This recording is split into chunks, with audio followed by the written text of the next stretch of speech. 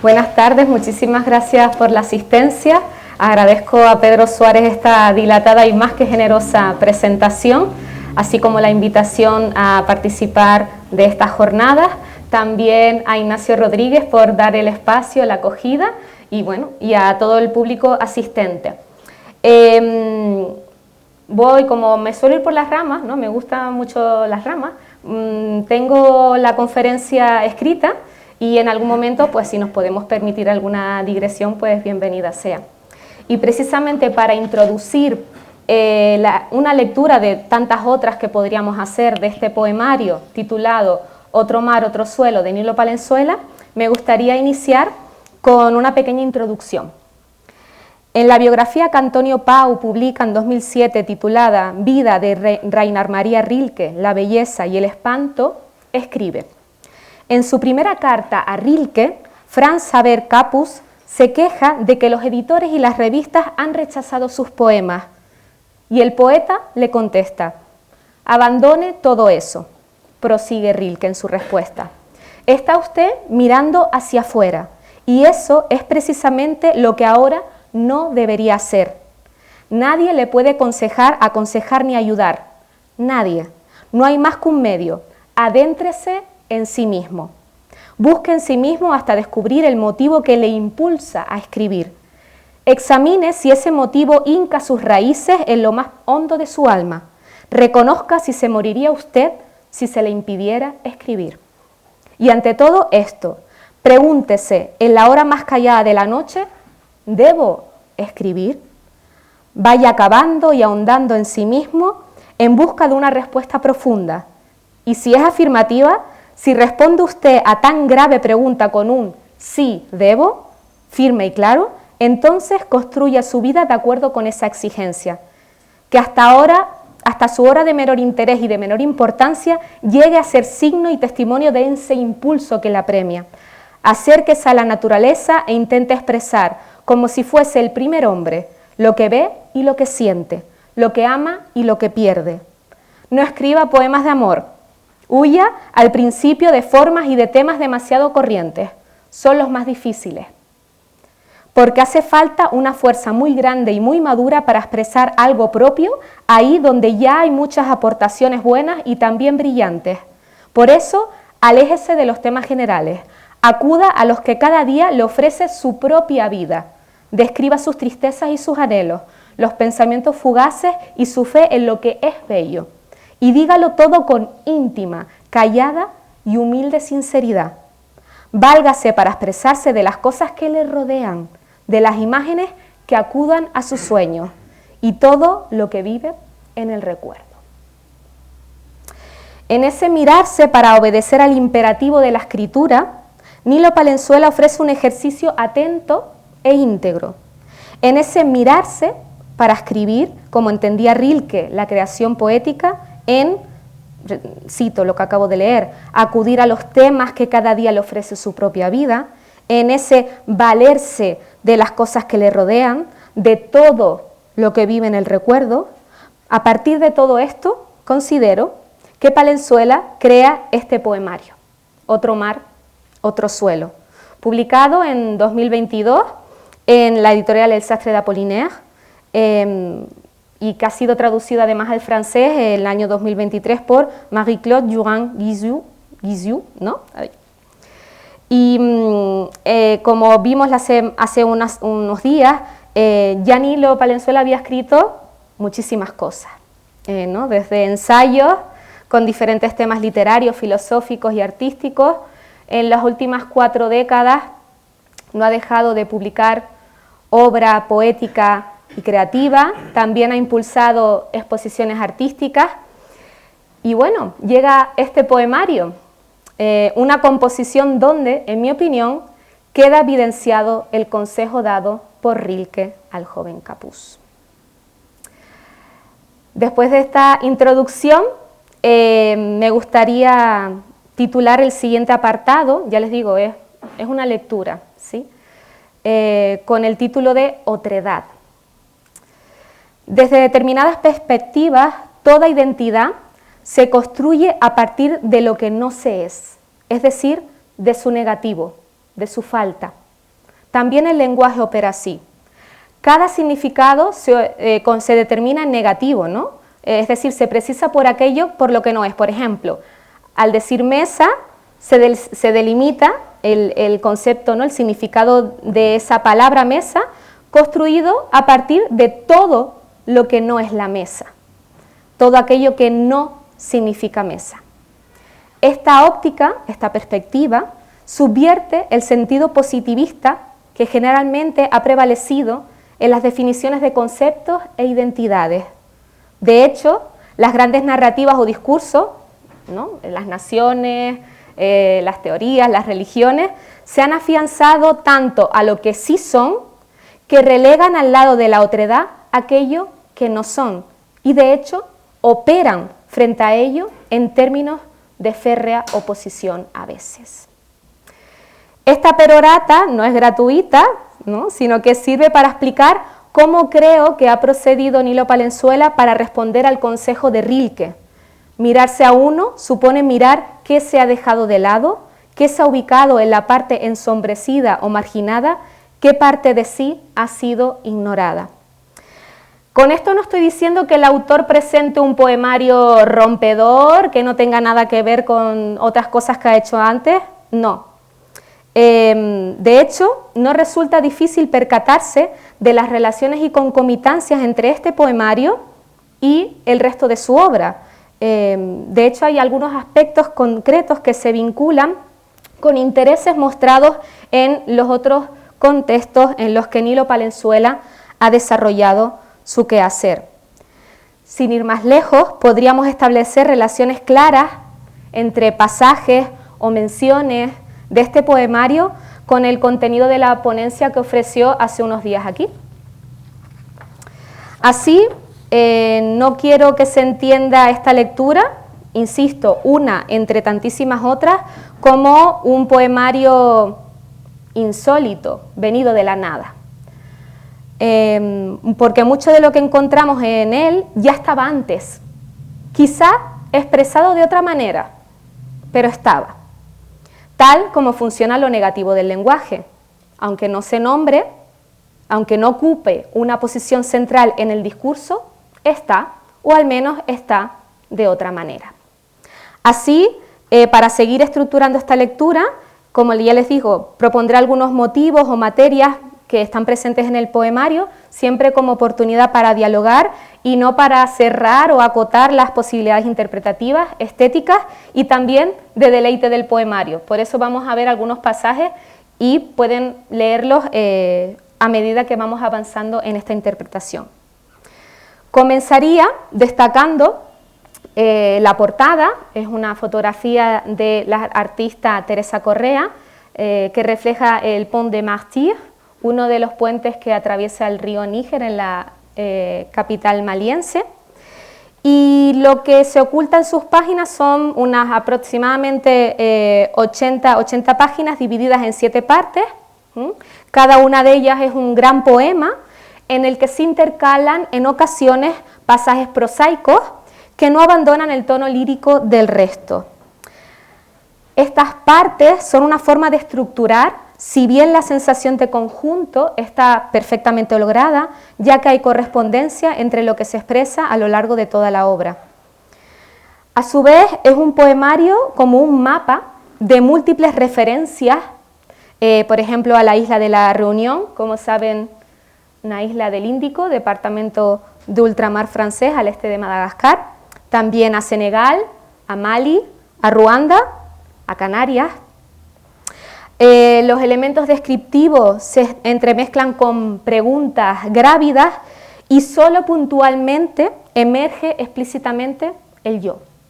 De manera que en estas palabras iniciales muy formales, ¿no?, sobre el poemario, les propongo asumir esta lectura como un viaje o como una travesía, un recorrido por lugares físicos, por distintos puntos de África, un trayecto en el que participan múltiples referencias literarias, geográficas, musicales también, y al mismo tiempo un viaje en el tiempo, pues la memoria y la herida de la trata esclavista están presentes, una llamada a revertir la amnesia y los muros puestos hacia el continente y las islas africanas. De ahí la pertinencia del puente, ¿no?, como elemento arquitectónico opuesto al muro. Pues el muro crea barreras y el puente salva las barreras. Pero también no solo es un viaje en el espacio, en el tiempo, sino también un viaje hacia el yo, ya que los muros también se colocan en esta dimensión. ¿Vamos para allá? ¿Vamos a este viaje? Pues bien, el viaje comienza en un bosque de Philaos, un árbol del ecosistema de la isla de la Reunión, aunque no únicamente, tras el paso de un ciclón. Tienen aquí los primeros versos del poemario. Luchan los pájaros al paso del ciclón, griterío, nidales por los suelos, la vida recomienza en el bosque de Philaos. Los nidos de los pájaros están destruidos y los Philaos permanecen. La permanencia y la repetición del tronco en el paisaje, ¿no?, muchos Philaos diferentes, además no hay dos iguales, anuncian vida. Y enseguida se activa el movimiento, anticipado por la mirada y la dirección que quiere tomar. Dice en otro momento del poemario: ¿ves este otro lado del continente, de este mar, de costeros con chalecos azules? ¿O es el otro mundo? Pronto aparece el otro, la otredad. De hecho, esta palabra no solo está en el título, sino está continuamente a lo largo del poemario. Pero, ¿qué es lo otro?, nos preguntaríamos. En el andar hacia el otro se encuentra uno mismo, de manera que el viaje vendría a ser algo o circular o bien un movimiento de ida y vuelta, como indica justo después. La poesía es distinta, gusta reconocer el camino inverso, salonga ahí, al otro lado del continente. Y de hecho, para reflejar este viaje, un mapa, evidentemente, donde vemos señaladas estos dos territorios que han sido sobre todo nombrados y que van a ser los puntos de referencia, no los únicos, pero los grandes puntos de referencia del poemario. Por un lado el continente africano y luego la isla de la Reunión y el archipiélago de Canarias. Como ven, casi en una relación física de espejo, invertido. Así, el ejercicio poético será andar el camino inverso o desandar el hecho, quizás. Y aquí cito otro de los pasajes. ¿Acaso atraviesan de este a oeste, como las aves y los dioses, la tierra? ¿Por qué no tomar dirección adversa hacia el este, aunque solo sea por ver mejor? Esto que anula un fulgor, un dios solo, una identidad vacía, como una lata de Coca-Cola. Entonces se activa el doble, la duplicación, las referencias vistas de uno y otro lado, ¿no? Aquí vemos, por ejemplo, las menciones que hace al Pitón de la Fournaise y a las cañadas del Teide, al Pitón de Neige y a la montaña El Púlpito de la Laguna, también a un templo tamil de la Reunión y a la iglesia anglicana del Parque Taoro en el puerto. Duplicación como los gemelos que aparecen de vez en cuando en el poema, como la repetición de troncos de Philaos en un bosque de la isla de Reunión, donde todo comienza, quizás una forma de espejo. Y en ese otro lado también está el mar alrededor. Y llama la atención en este poemario la cantidad de citas también explícitas a otros autores, ¿no? Es el caso de este fragmento colocado a la izquierda del poemario, donde se destaca una cita del escritor Saint-Jean Pers. Como saben, Premio Nobel de Literatura, nacido además en la isla de Guadalupe, en las Antillas, de una familia dueña de plantaciones de azúcar y de café, que abandonaron la isla una vez se convierte en presidente del Consejo Regional, como el cabildo de ahí, ¿no? La primera persona negra en ese puesto, el Recip Legitimus, en 1899. Las Antillas también, territorio inmenso en el entramado del Atlántico, en el que se concibe este mar.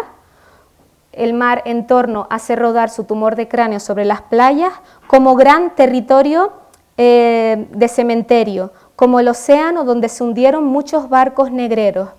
El Atlántico como continente en negativo, un no continente, un mar sobre el que no debía haber nada más que su fauna y su flora, y que está plagado de cráneos, de muertos, como deja de notar la cita de Peirce. A este respecto, Paul Gilroy, en Atlántico Negro, Modernismo y Doble Conciencia, para abordar las diásporas africanas descendientes de las miles de personas esclavizadas en África y conducidas a la fuerza desde África hacia América, de esas generaciones de las que nos habló Nilo Palenzuela, tomo este concepto de Atlántico en negativo. Pero es que el Atlántico en el poema de Palenzuela encuentra una duplicación, ¿dónde? En el Índico, el océano que baña la isla de la Reunión, donde también se replican los circuitos de la trata, de población negrera, los cafres, de población hindú, los malbares, la rama tamil, traídos como trabajadores, como nuevos esclavos más bien, durante el siglo XIX a la isla de la Reunión. Pues bien, el cráneo simboliza a las personas asesinadas, fallecidas por la trata esclavista durante estos horribles siglos, de los 17 al 19, que encuentra sus ecos además en tragedias más actuales. En el poemario hay dos que quizás adquieren un carácter fundamental. Por un lado, los tutsis asesinados en el genocidio de Ruanda, y por otro, los fallecidos en la ruta migratoria atlántica. Además, aquí el cráneo no solo se ubica en el nivel simbólico que podría ser, sino que alcanza materialidad. Por ejemplo, cuando escribe Palenzuela, ¿qué número tenía tu cabeza? O en otro momento, ¿fuiste tú, amiga, la que encontraste tu cráneo 1383 en otro cráneo sin nombre? O, otra cita, esos cráneos canarios enumerados y sin nombre, amontonados para turistas, ejemplos del saber que ignora el espesor de la muerte. En una clara crítica a la tradición eugenética que las ciencias occidentales aplicaron para mirar hacia las realidades consideradas otras, exóticas, convirtiendo en piezas de museo los restos de seres humanos. Y como plasmación de esta perspectiva científica, revisable, diríamos, tenemos la famosa sala Sabino Berteló del Museo Canario en Gran Canaria, que además el autor menciona explícitamente al final del poema, donde se almacenan y exponen desde finales del siglo XIX cráneos de diferentes fenotipos. Y por otro lado también en este orden de cosas el autor hace referencia a la novela Moisson de Crânes, traducida como Cosecha de Cráneos, del escritor de Djibouti, Abdurrahman Bouaberi, sobre los testimonios del genocidio tutsi durante la guerra de Ruanda. Entonces, en el viaje vamos articulando, se va viendo esta articulación de la mirada. Es importante preguntarse, ¿desde dónde miras?, como dice el autor llegado el momento. Pues coexiste la mirada cruzada, la que se plantea, la que se cuestiona, la que se arriesga, frente a otra mirada que también es recurrente en el poemario, que es la mirada turística. Esta se comprende como una versión contemporánea de la mirada colonial y colonizante, como la que acabamos de leer, relativa, por ejemplo, al museo. Esta mirada, como esto es una cita también del poemario, la mirada que petrifica el pasado. En claras alusiones a los postulados, a mi parecer, de Fernando Esteves, y cito algunas de sus conclusiones del ensayo Narrativas de seducción, apropiación y muerte del recordado antropólogo. En su casa de souvenirs, los turistas emulan las viejas prácticas de los antiguos colonialistas, misioneros y comerciantes.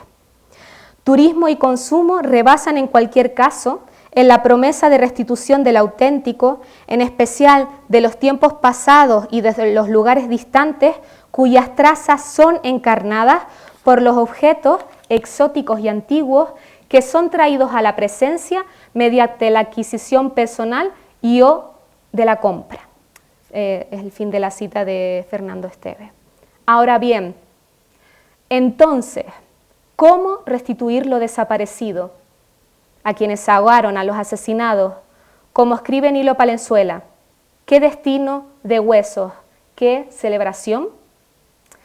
Y antes de entrar en este otro motivo, ¿no? Hemos transitado por la otredad, la mirada siempre presente, me gustaría aterrizar ahora en el motivo de la memoria, para lo cual pues hay que volverse y revisar esa mirada. La mirada turística, por ejemplo, vista en este tipo de exposición, actúa como espejo de lo que la propia voz no es. El viaje del turista es uno y el viaje que se ofrece en este poemario es otro. De ahí que sirva como revulsivo otro poema, en este caso de Rilke, no iba a aparecer solo en la introducción de esta comunicación, y me estoy refiriendo a su paradigmático poema La Pantera, del cual Nilo Palenzuela cita especialmente la primera estrofa. Aquí vemos una traducción de Federico Bermúdez Cañete que dice: su mirada, cansada de ver pasar las rejas, ya no retiene nada más. Cree que el mundo está hecho de miles de rejas y, más allá, la nada.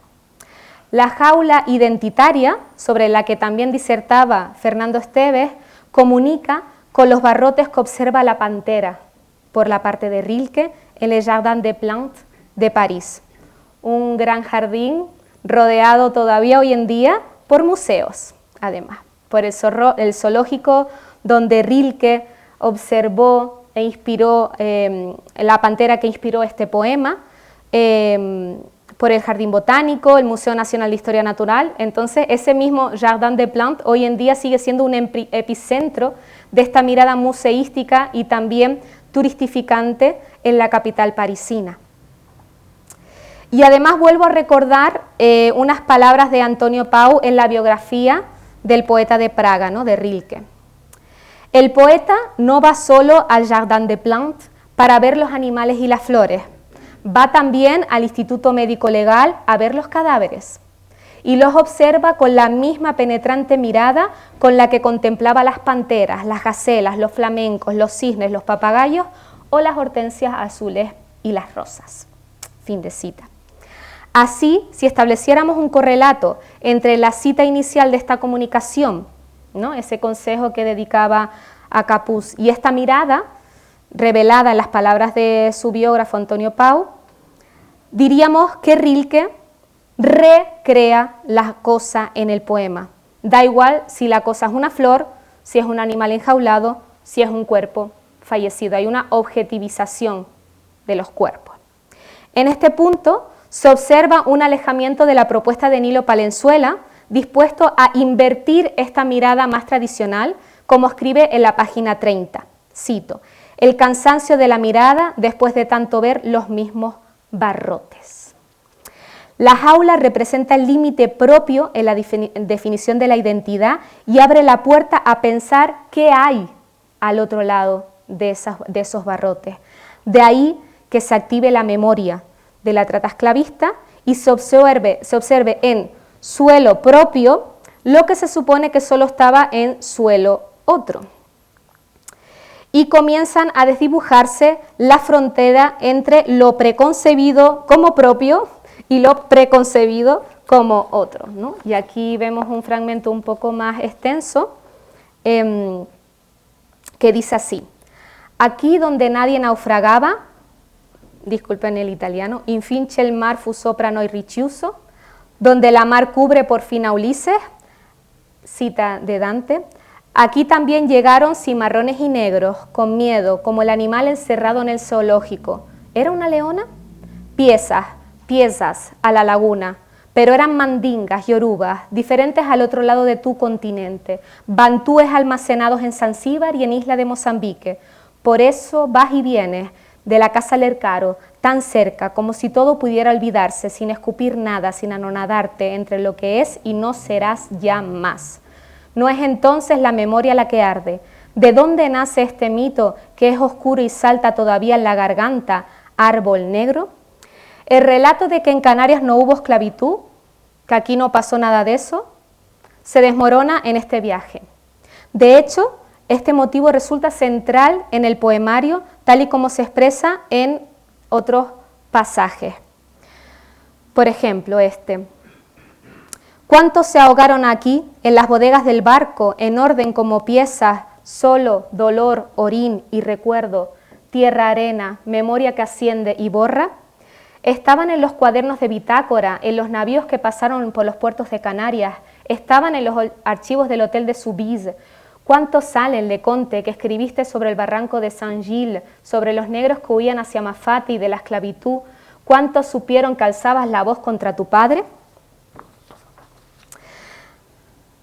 Desde la determinación del aquí, del primer verso, se recuerdan los denominados barcos negreros, los barcos donde cerraban en una travesía inhumana a los esclavos, ¿no? Como vemos además representado en el cartel de estas jornadas.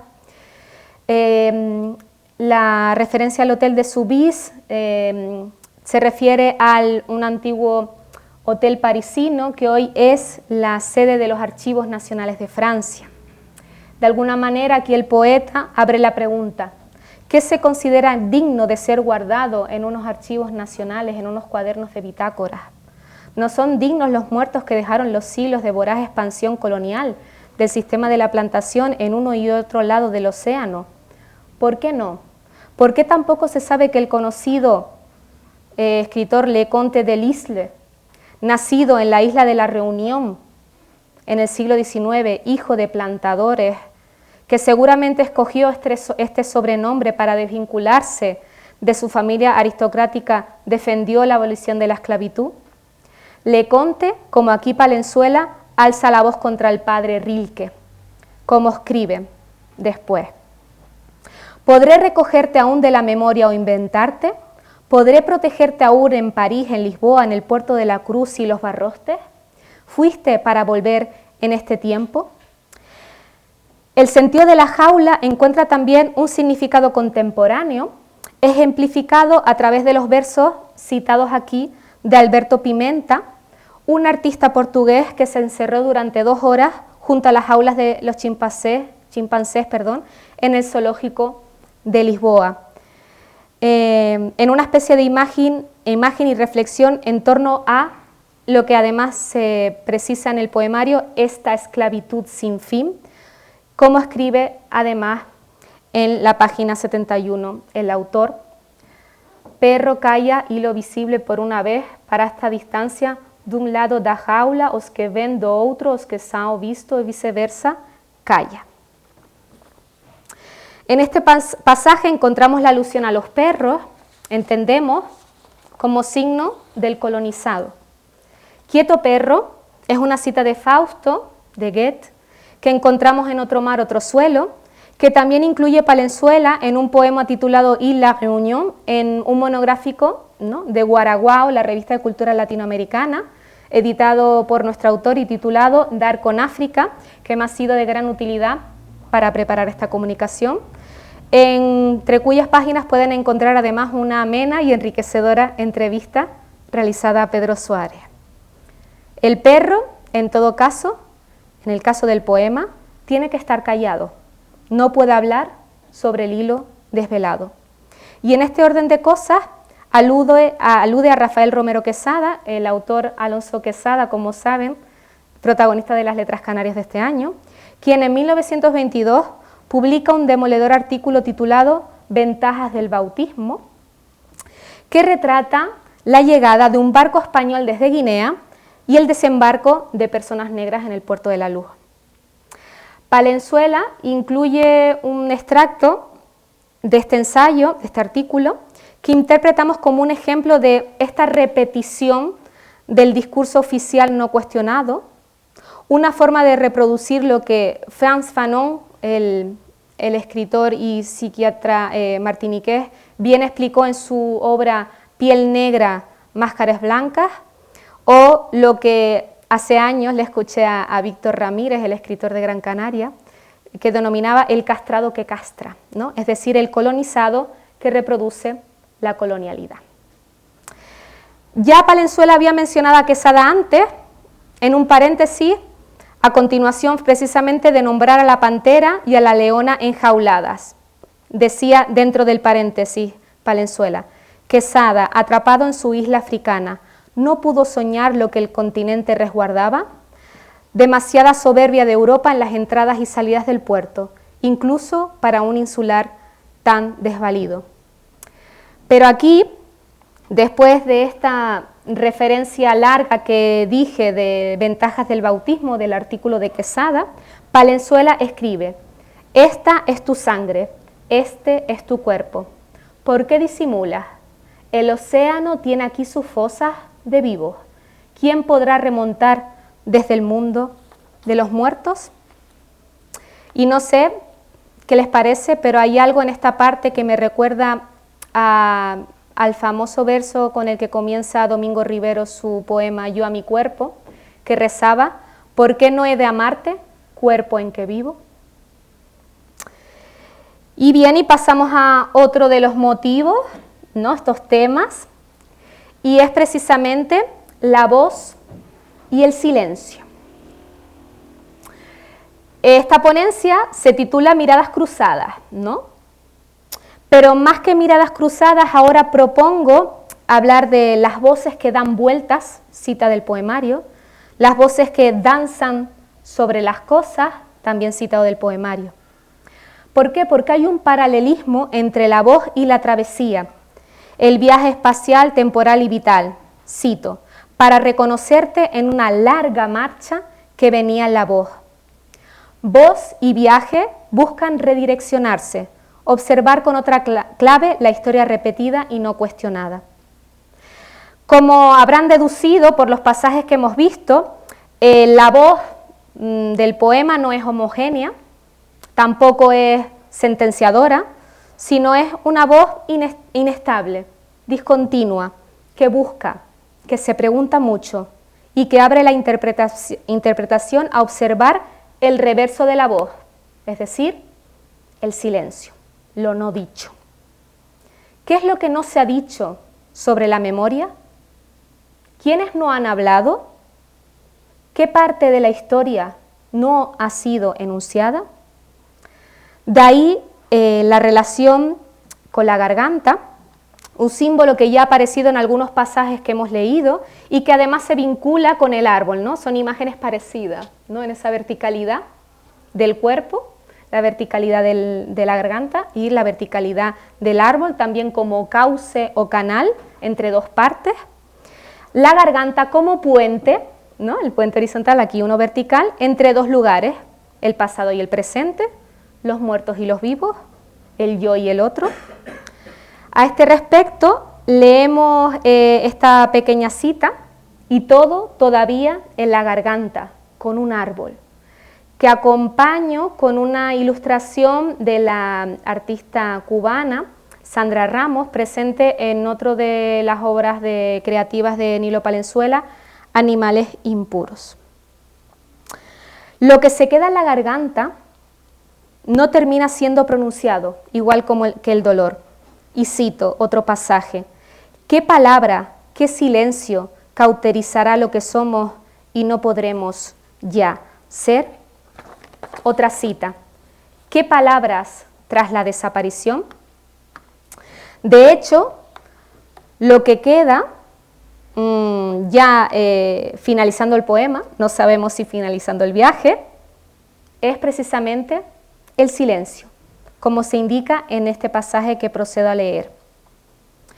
Junto a la bahía, a la salida de los grandes ríos que van a dar al Índico, no obstante, profundo silencio. ¿Cómo recordar ahora el vuelo, el árbol, el estruendo, tus trances, tus duraciones, la larga cola del ave sobre el continente, la mano que avanza en la noche?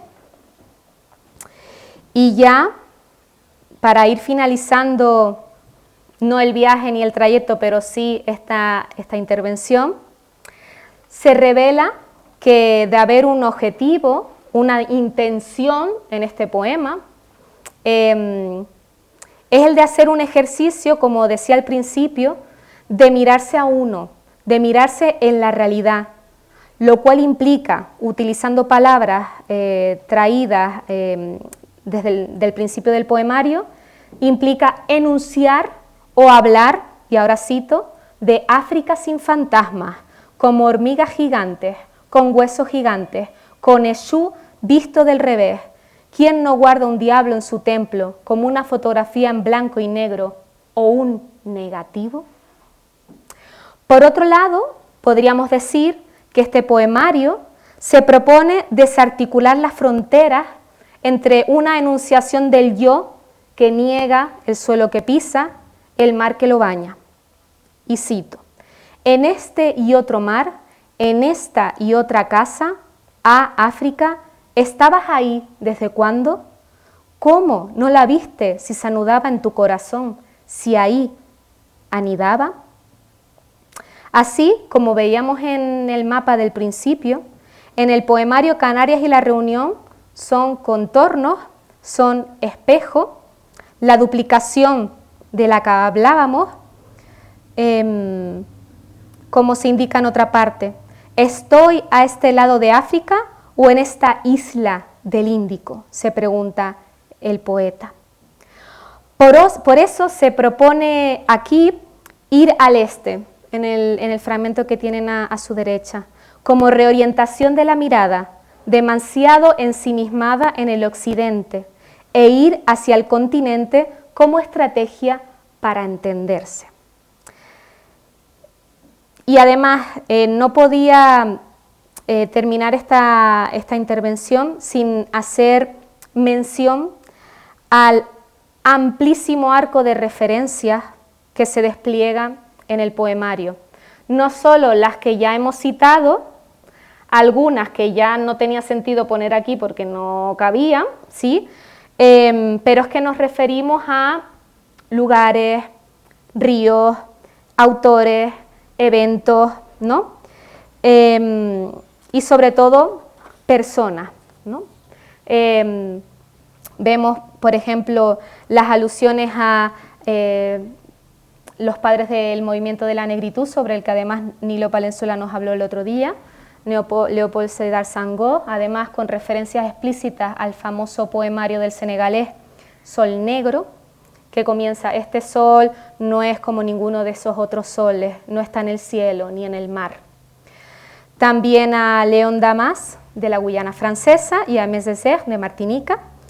Además también hacer referencia, esto de diferentes maneras, es como una especie de álbum final que pongo aquí, pero lo interesante es ver cómo están en el poemario, desde luego.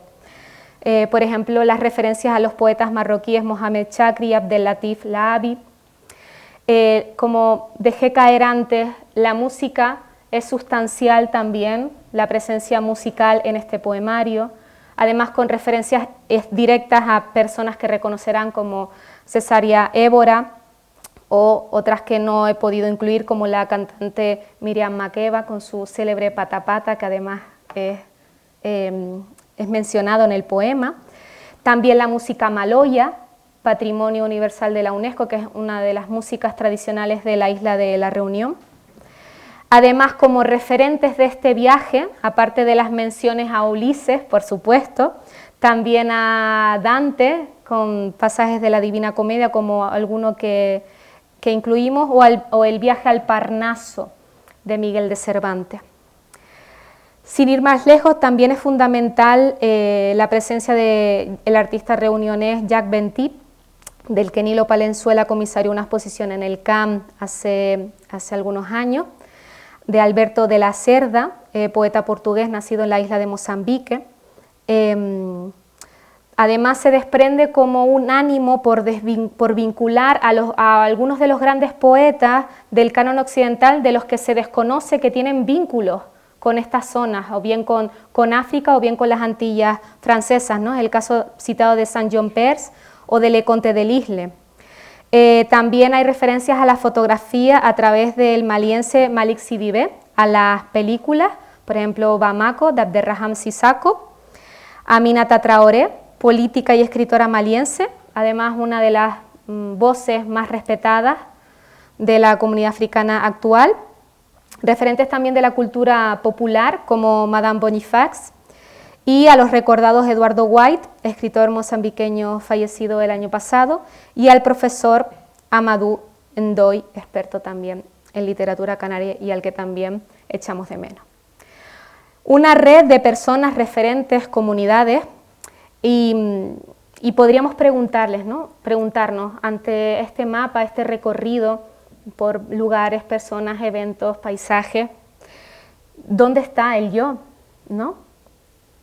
Pues bien, como indicamos, si son pocas las menciones explícitas al yo, el poema apela en ese pensar la otredad al nos, otros, incluyendo la denominada otredad, en la conformación de la identidad propia. Y no sé si me voy a explicar mejor a partir de este fragmento. ¿Por qué mientras toca el bal, Mariam Hassan no va a ser nuestra cuando las manos alza como un continente? ¿No escuchamos todavía las granadas en el interior de la iglesia católica de Nyamata repleta de tutsis? Estamos en el paso, urdido por otros pasos, lomas, bosques, entre desiertos y ríos, hijos, no obstante, de África, ajenos unos tras otros también. ¿Nosotros? Si Dimi Mint Aba y Mariam Hassan nacieron en 1958, atravesaron el siglo y del templo se fueron, como yo, como esta mano, como los gemelos, como otras palabras. Muchas gracias.